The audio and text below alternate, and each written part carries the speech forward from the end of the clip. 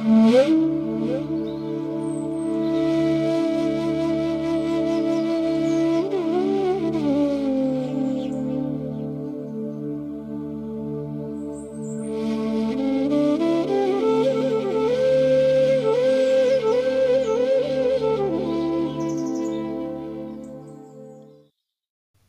নিরঞ্জনং নিত্যমনন্তরূপং ভক্তানুকম্পাধৃতবিগ্রহং বৈ ঈশাবতারং পরমেশমিদ্যং তং রামকৃষ্ণং শিরসা নমামি। নমস্কার। শ্রী শ্রী ঠাকুর, শ্রী শ্রী মা এবং স্বামীজি মহারাজের চরণে ভুলুণ্ঠিত প্রণাম জানাই।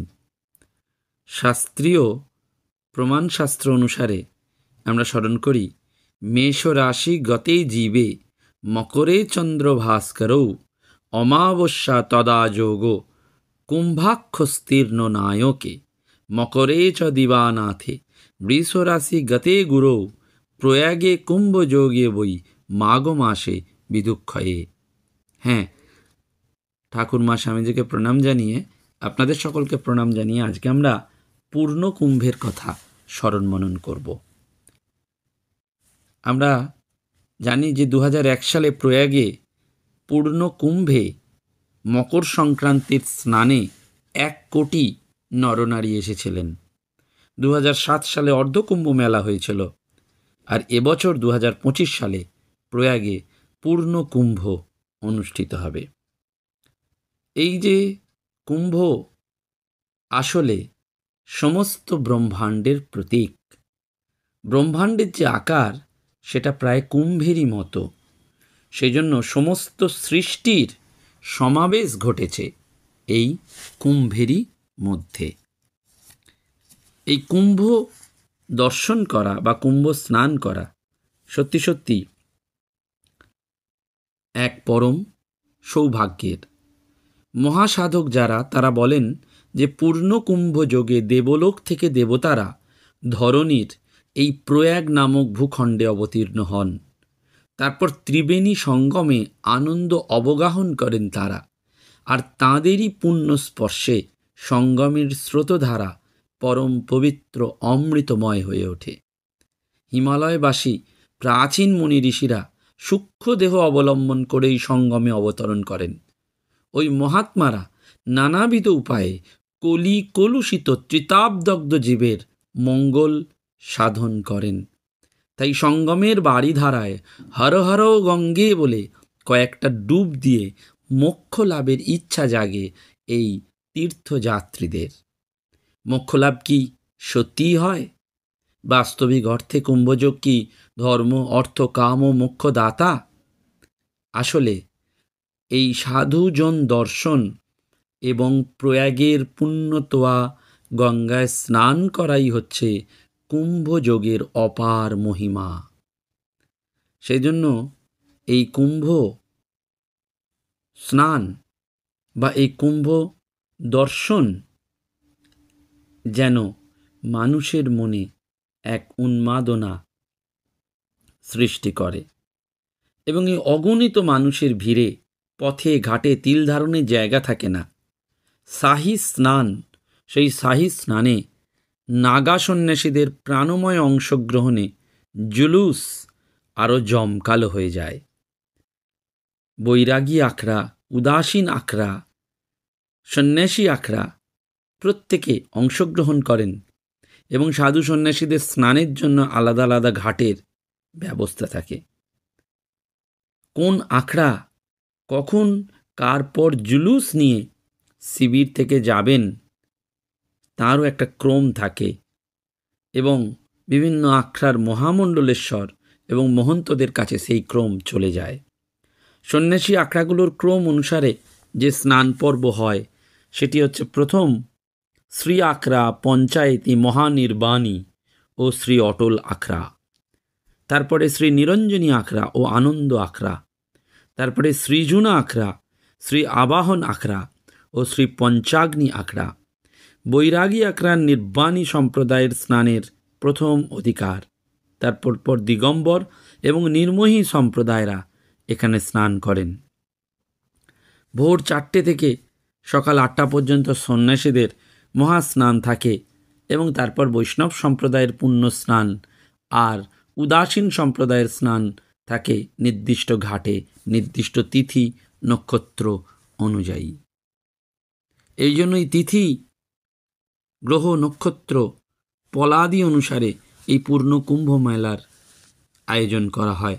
বলা হয়, গুরু বৃহস্পতি যখন বৃষ রাশিতে ও চন্দ্র সূর্য মকর রাশিতে অবস্থান করেন, ওই সময় প্রয়াগে অমাবস্যার দিন দুর্লভ মহাপর্ব কুম্ভযোগ হয়। কুম্ভ মেলার এই সুবিশাল কর্মযজ্ঞের শুরু হয়। কুম্ভের আর এক নাম তাই অমৃতোৎসব। পূর্ণ কুম্ভ মহা অমৃতোৎসব। সাধু সন্ত মহাপুরুষদের উপস্থিতিতেই এই মহা উৎসব পালিত হয় এবং প্রয়াগে এই কুম্ভের মহিমা অবর্ণনীয়।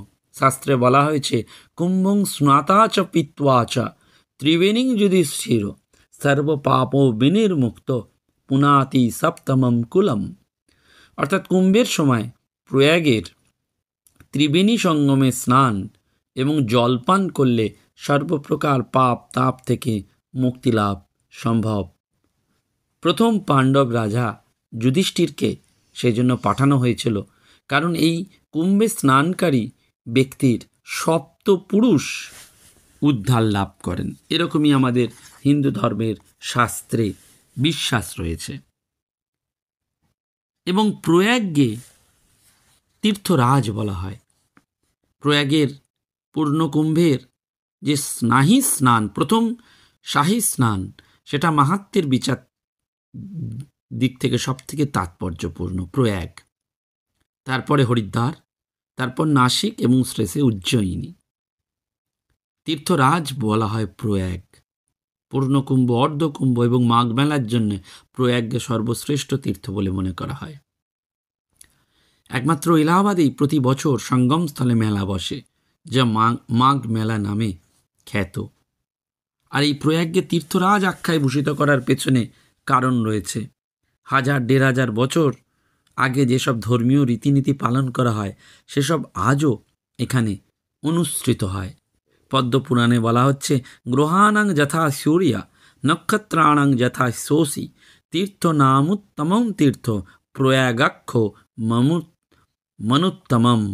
অর্থাৎ গ্রহণের মধ্যে যেমন সূর্য, নক্ষত্রগণের মধ্যে যেমন শশী, তেমনি অগণিত তীর্থের মধ্যে প্রয়াগ সর্বোত্তম।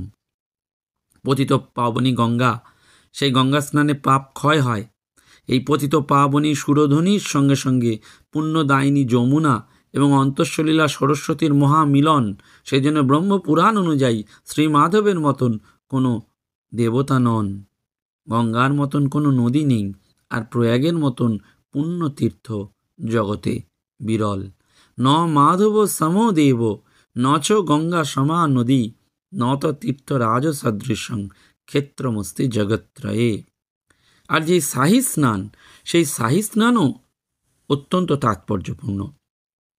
কুম্ভ মেলা হিন্দুদের, কিন্তু দীর্ঘকাল মুসলমান শাসনের ফলে কুম্ভের সঙ্গে কিছুটা আরবি এবং উর্দু শব্দের সংযুক্তিকরণ ঘটেছে। তার মধ্যে বহুল ব্যবহৃত হচ্ছে এই শাহী, এর অর্থ প্রধান, অর্থাৎ সাধুদের বর্ণময় স্নানযাত্রা। সেটা পেশোয়াই জুলুস নামে খ্যাত, অর্থাৎ রাজকীয়, বাদশাহী। সেই জন্য শাহী স্নানের সাথে যোগসূত্র রেখে শাহী স্নানকে রাজকীয় স্নান বলা হয়। এলাহাবাদ সাধু সন্ন্যাসীদের পরিভাষায় এটি রাজরাজেশ্বরী কুম্ভ। এই কুম্ভে বহু সন্ত মানুষদের, সাধু সন্তদের বারবার দর্শন হয়। ভারতবর্ষ পুণ্যভূমি এবং এখানে মহান ধর্ম এবং সংস্কৃতির দুটি প্রধান উৎসভূমি হচ্ছে দেবতাত্মা হিমালয়, নদী মাতা গঙ্গা। দেশের সর্বত্র এই গঙ্গায়ের মায়ের নাম অত্যন্ত শ্রদ্ধা ভক্তির সঙ্গে নেওয়া হয় এবং আমাদের শাস্ত্রে রয়েছে, গঙ্গা তীরে শিব পূজা কিংবা শ্রাদ্ধ শান্তি করলে মানব জীবন ধন্য হয়। আর মানুষের মৃত্যুর পর গঙ্গায় অস্থি বিসর্জন দিলে সেই আত্মার অক্ষয় স্বর্গবাস সুনিশ্চিত। এমনকি গঙ্গা তীরে বসে দান ধ্যান জপতপ করলেও মানুষের অশেষ পুণ্য লাভ সম্ভব। মকর সংক্রান্তি এমনিতেই হিন্দুদের কাছে এক পবিত্র দিন। সূর্যদেব উত্তরায়ণে থাকেন, তিনি মকর রাশিতে যখন যান তখনই এই স্নান অনুষ্ঠিত হয়। প্রয়াগের পূর্ণকুম্ভের এই গুরুত্বপূর্ণ তিথিতে প্রথম শাহী স্নান যে নাগা সাধুদের অংশগ্রহণে আরও বর্ণময় হয় তা আর বলার অপেক্ষা রাখে না। হর হর গঙ্গে বলে তারা ঝাঁপিয়ে পড়েন এবং গঙ্গা স্নানের পর শিব পুজো করেন এই নাগা সাধুরা। ভোরবেলা থেকে সাধু, সন্ত, বৈরাগী, উদাসী কয়েকশো সম্প্রদায়ের শোভাযাত্রা নির্বিশেষে আবাল বৃদ্ধ বনিতা তারা প্রত্যেকে এগিয়ে যান। প্রত্যেকের অন্তরাত্মা যেন বলে, দেখো রে নয়ন মেলে, কখনো ঘোড়ায় টানা রথে, কখনো বড় বড় লরিকে রথের মতন করে সাজিয়ে জুলুসের অন্তহীন জাঁকজমক। এবং সন্ন্যাসী সমাজের অধিকারীগণ, মহন্তরা, মহামণ্ডলেশ্বরেরা আসেন। আশীর্বাদের তাদের ভঙ্গি থাকে এবং এই সঙ্গম ঘাটে লক্ষ লক্ষ মানুষের সেই জয়ধ্বনি যেন এক তন্মাত্রা সৃষ্টি করে। অর্থাৎ নানান সম্প্রদায়ের সাধু সন্তদের দেখে বারবার এই অভিজ্ঞতাই আসে যে প্রয়াগের পূর্ণকুম্ভ যেন এক মহামিলন, এবং এই মহামিলন হিন্দু ধর্মকে একটা বিশাল উচ্চতায় পৌঁছে দেয়। এই ধর্ম সত্যি সত্যি এই মহামিলনের কথা বলে, এবং এই স্নানেরও পরপর পর্ব রয়েছে। হরিদ্বারে যখন স্নান হয় পূর্ণকুম্ভে তার 9টি পর্ব থাকে, প্রয়াগেও সেই রকম রয়েছে। এবং বারবার স্কন্দ পুরাণ বলছেন, ন তীর্থং গঙ্গয়া সমম দেবী সুরেশ্বরী ভগবতী গঙ্গে ত্রিভুবন তারিণী তরল তরঙ্গে শঙ্কর মৌলি নিবারিণী মৌলি বিহারিণী বিমলে মমমতি রাস্তাং তব পদ কমলে। এই জন্য এই পূর্ণকুম্ভ শাহী স্নান, এটিতে মানুষের এক আশ্চর্য বিশ্বাস, এক আশ্চর্য কৃপা সে যেন অনুভব করে। এই কুম্ভমেলা কত প্রাচীন কেউ বলতে পারে না, কার হাত ধরেই মেলা শুরু হয়েছিল তাও কেউ বলতে পারে না। কিন্তু ভারতবর্ষের প্রথম প্রধানমন্ত্রী পণ্ডিত জওহরলাল নেহেরু একটি কথা বলেছিলেন, in my old city of Allahabad or in Haridwara, I would go to the great Veding festivals, the Kumbh Mela, and see hundreds of thousands of people come as their forebears had come for thousands of years from all over the India. এই কুম্ভ মেলা অত্যন্ত প্রাচীন এবং এটি নতুন রূপে এক অপূর্ব সমাগম সৃষ্টি করে। সনাতন বৈদিক ধর্মের পুনঃপ্রবর্তক হচ্ছেন শিবাবতার আদি শঙ্করাচার্য। কিন্তু এই কুম্ভ মেলা যেন আমাদের এক আশীর্বাদ বর্ষণ করে।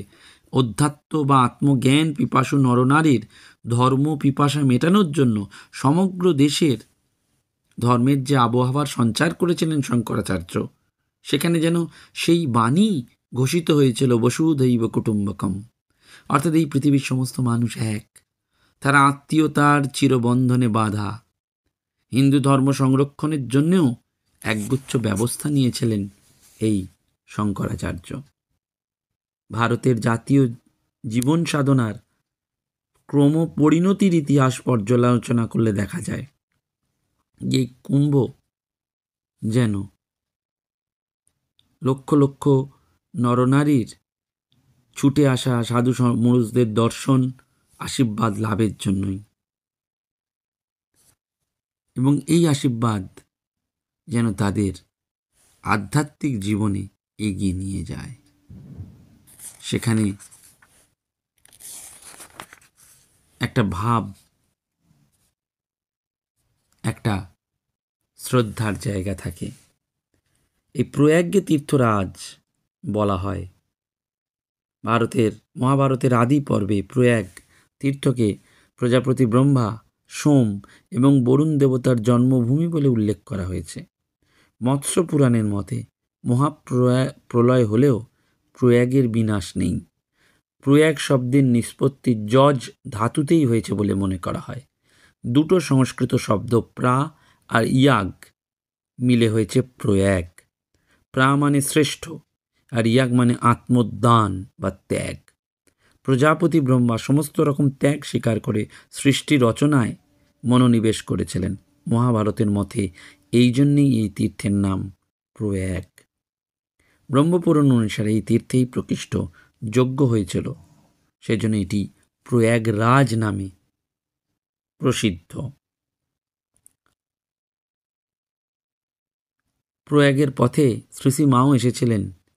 ঠাকুরের পার্থিব শরীরের অংশবিশেষ সঙ্গমের পুণ্যস্রোতে বিসর্জনের জন্য মা শারদা প্রয়াগে এসেছিলেন। রামকৃষ্ণ মঠ এবং মিশনের অন্যতম সংঘাধ্যক্ষ মহারাজ পূজনীয় স্বামী গম্ভীরানন্দজি মহারাজ প্রণীত শ্রী মায়ের জীবনীতে লেখা আছে যে শ্রী ঠাকুর তখন দেহ রেখেছেন, মা শারদা তীর্থ দর্শনে বেরিয়েছেন। স্বামী যোগানন্দ, লক্ষ্মী দেবী এবং যোগিন মা সঙ্গে হরিদ্বার তীর্থ দর্শনের পর জয়পুর এলেন শ্রী মা। গোবিন্দজিকে দর্শন করেন। শ্রী ঠাকুরের নখ এবং কেশ শ্রী মায়ের সঙ্গে। এর কিছু অংশ হরিদ্বারের ব্রহ্মকুণ্ডে বিসর্জন দিয়েছেন।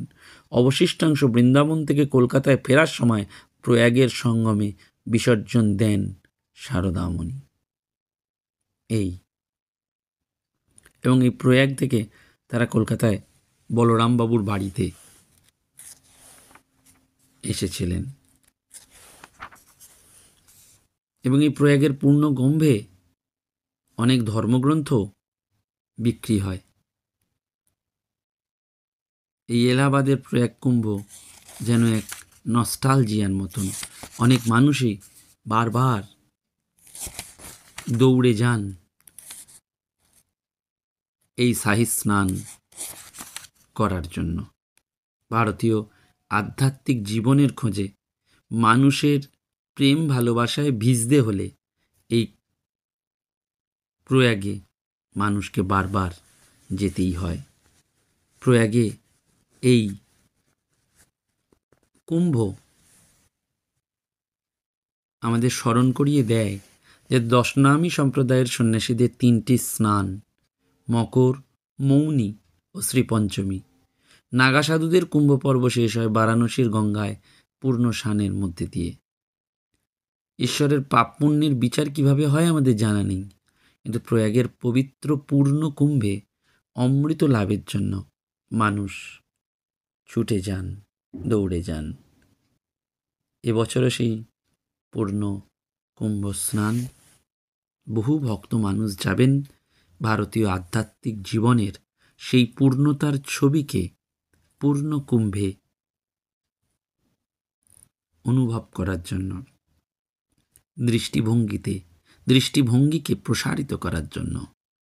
প্রয়াগের পূর্ণ কুম্ভ যেন আমাদের সেই উজ্জ্বল থেকে উজ্জ্বলতর এক পরিচিতি দেয়, যেখানে দৃষ্টিপথে সততই প্রসারিত হয় আসতো মা সদ্গময়, তামসো মা জ্যোতির্গময়। আলো, শুধু আলো।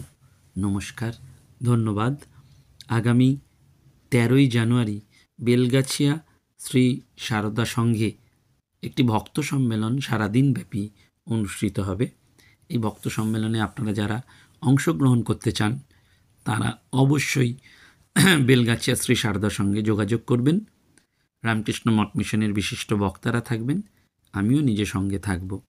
আর এর একটি স্পিরিচুয়াল রিট্রিটের কথা আমরা ভাবছি, দেখা যাক।